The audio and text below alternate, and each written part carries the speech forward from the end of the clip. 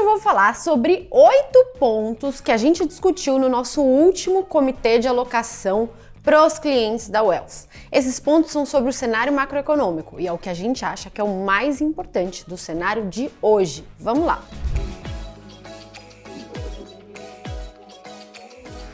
Primeiro de todos os pontos, a inflação americana segue pressionada. Os últimos dados de Core PCE, que são os dados que o Banco Central americano mais olha para tentar prever a inflação, mostraram uma reaceleração, principalmente dos índices de serviços, daqueles índices mais ligados à política monetária. Essa é uma notícia muito ruim, porque significa que mesmo com todo o esforço feito até agora, a inflação ainda segue pressionada. O que leva a gente para o ponto 2. Os juros provavelmente vão ter que subir mais do que o mercado espera.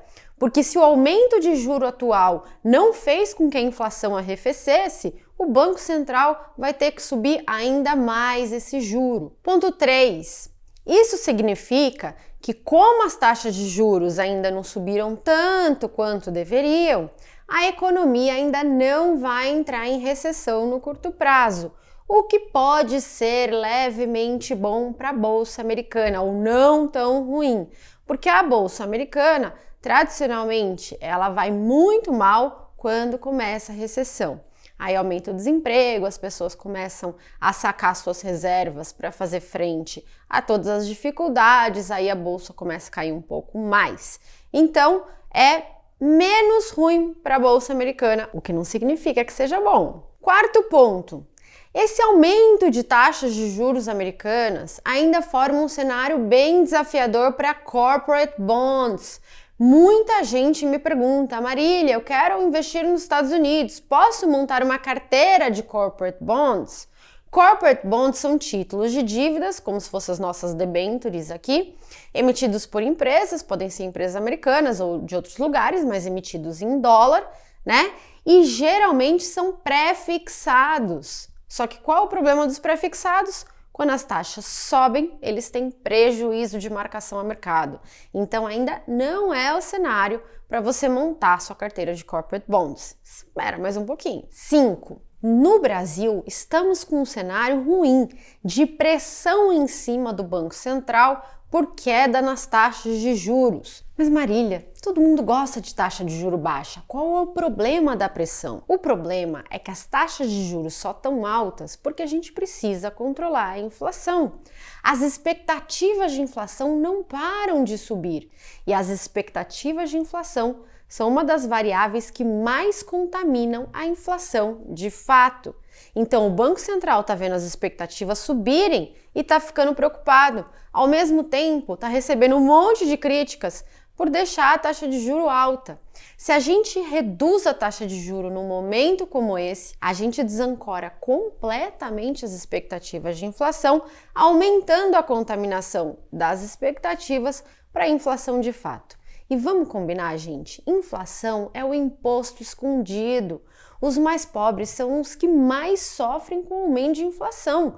Aquele salário que eles tinham no mês, de repente não compra mais a mesma coisa no outro mês. Então, controlar a inflação é a coisa mais importante que um banco central pode fazer pela população, mas ele está sendo pressionado a não fazer isso. E isso está piorando muito as taxas de juros de longo prazo. Porque se o Banco Central não vai fazer o que tem que fazer no curto prazo, o mercado começa a precificar que a inflação vai subir e que no longo prazo ele vai ter que fazer uma alta de juro muito maior, prejudicando, claro, a atividade. Que é o nosso ponto número 6. A atividade vai seguir ruim. Se o Banco Central fizesse uma alta forte, controlasse a inflação, ele ficaria tranquilo para fazer um ciclo de queda e seguir a vida e a gente pensar num novo ciclo de melhora. Mas com esse lenga-lenga, ele vai ter que manter lá a Selic no 13,75 por mais tempo e com isso a atividade vai ficar fraca por mais tempo. A consequência disso é uma bolsa ainda de lado, sem muito trigger, sem muita vontade, sem muito momento para subir. Ponto número 7. Isso também é ruim para juros pré-fixados, possível aumento de inflação pode fazer com que a rentabilidade dos seus pré-fixados sejam toda comida pela inflação.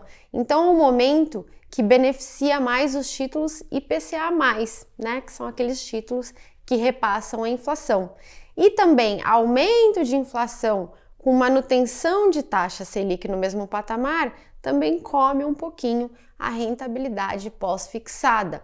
Então, aos poucos, a gente está passando de uma época que era muito bom ter pós-fixado, porque a Selic estava subindo, para começar a entrar numa era que começa a ser um pouco melhor, títulos IPCA+.